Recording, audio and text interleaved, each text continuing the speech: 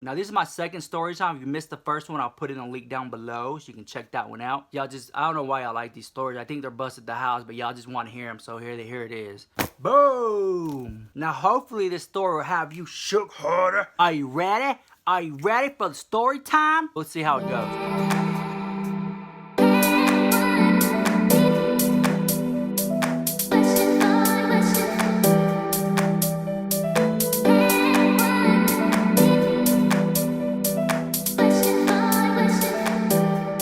This was around the time that I was gonna go to Atlanta, Georgia, because I had this really cool job interview. I wanted to leave Houston and just get out of the city and try something new, right? So I had this job interview at T Busted Ass Mobile. We'll get to that in a minute.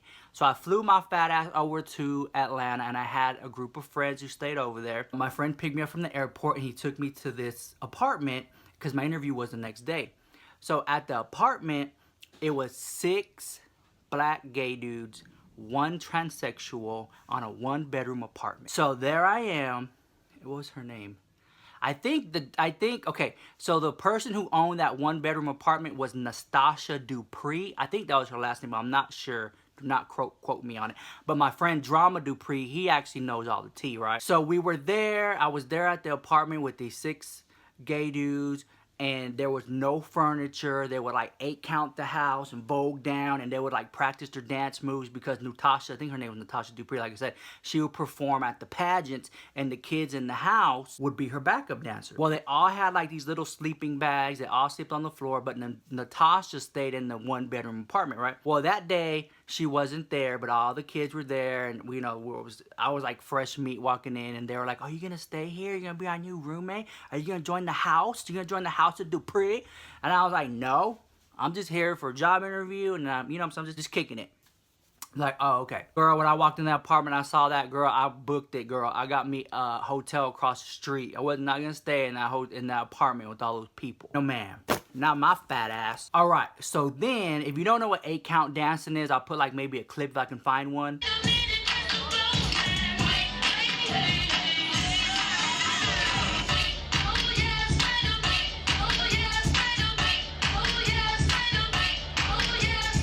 This same day, now Natasha was sickening. You already know they're always sickening. Lips, titties, you know what I'm saying? You already know the whole gig. Pump the house. But yeah, so then there was a knock at the door, right?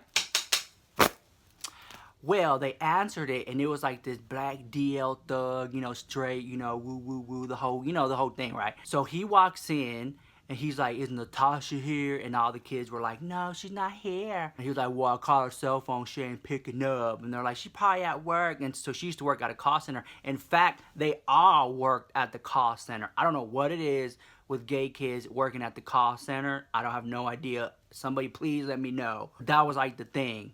You lived in Atlanta and you were gay, you worked at the call center, girl. So he was like, all right. Well, then he goes to the 1-bedroom because he would, from what I gather, he was dating Natasha, and they would, he wouldn't pay no rent, but he would come over all the time and sleep in her bed, eat her food. And of course, probably Natasha was so in love because he was like a straight man, allegedly. You know what I'm saying? You all know how it is. They claim they're straight, but they be sucking dick the house.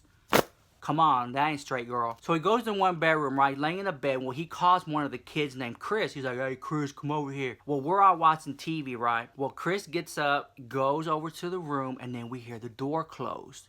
And us being punks, girl, we're like, "Oh my God, why the door closed, girl? Why the door closed?" So we walk over to the door, and we're like listening, and we hear like, girl.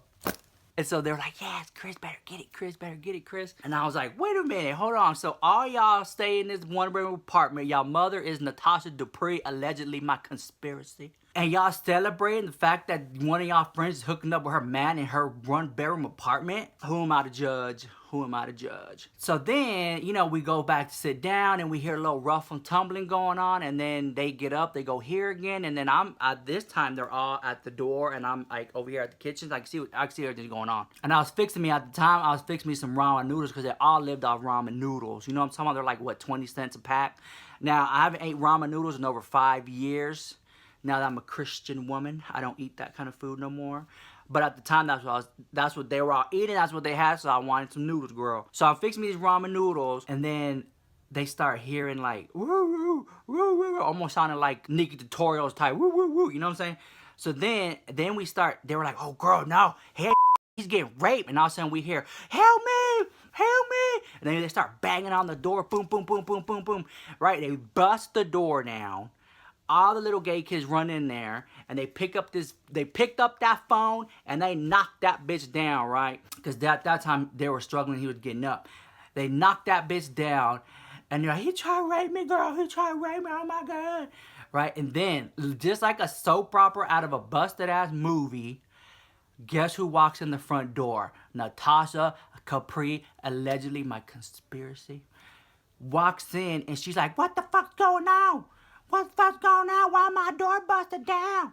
You know, and they're like, I think the guy's name was Kwame. He's like, Kwame tried to rape Chris. And so she was like, y'all lied. Y'all bunch of punks. Y'all try to mess with my man. They're like, no, girl, she tried to rape her. She tried to rape her. And well, then Miss Natasha said, I want all of y'all out of my apartment trying to sleep with my man. And then I thought about it, and I was like, well, Kwame was like this really big, tall, black guy, right? I was like, how can a phone knock his ass out? But now that I think about it, I think that he was so like drugged up off coke or meth or something that just that pop on the head just knocked him out. You know what I'm saying? That's the only thing I could think of because he was like a big guy. Well, Ms. Natasha ended up kicking all the kids out the house, including my fat ass. But you know, I already know I had a hotel across the street, so I told all the little kids, like, y'all just come to my apartment. Y'all just come to my hotel. So we went over there to the hotel room, but I was like, but y'all can't stay here. Y'all gotta leave in a couple hours. Y'all can just get y'all things together and y'all can find out where you're gonna stay from here. The next day, my fat ass went to a job interview at T-Mobile. Well, I interviewed. Of course, they love my fat ass. She told me I got the job, and she was like, okay, well, we're gonna do a background check. It'll take about a couple days, and then we'll give you a call, and you can relocate to Houston, to Atlanta. All right, fine, OT, right? So then right now we all went to the club, had a good time, woo woo woo, and then I flew back to Houston. Well, ended up getting an email like 4 days later saying thank you, but we decided to go with another candidate. I was like, what? You have my fat ass fly all the way over there and do all this stuff, put up with all that crap, and then you're gonna tell me I didn't get the job? Which is so weird because then like a week later I interviewed at AT&T and I got that job at AT&T and they had the same type of background checks. I don't know what it is that they just didn't want to hire me. I don't know what it was. But anyways, after that, because that was like a long time ago, I ended up applying at T-Mobile 2 more times. That's a total of 3 times. And each time they offered me the position, but then I always would get an email saying we went with another candidate. I thought that was so shady. I don't know why that happened. Until this day, I'm just like, I don't understand why my fat ass could never ever get hired there, but I can get hired everywhere else.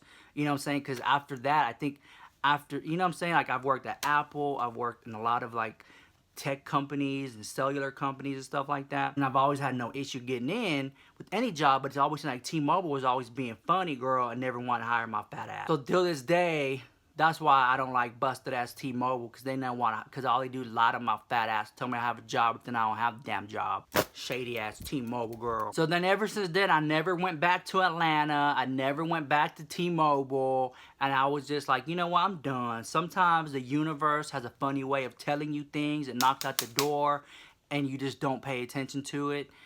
But I clock at the house. I know when the universe is talking to me, girl. So I just like, you know what, living in Atlanta is not for me. Working at busted ass T-Mobile is not for me, and I never went back, girl. Anyways, that was my busted ass story time. See you next video. Peace.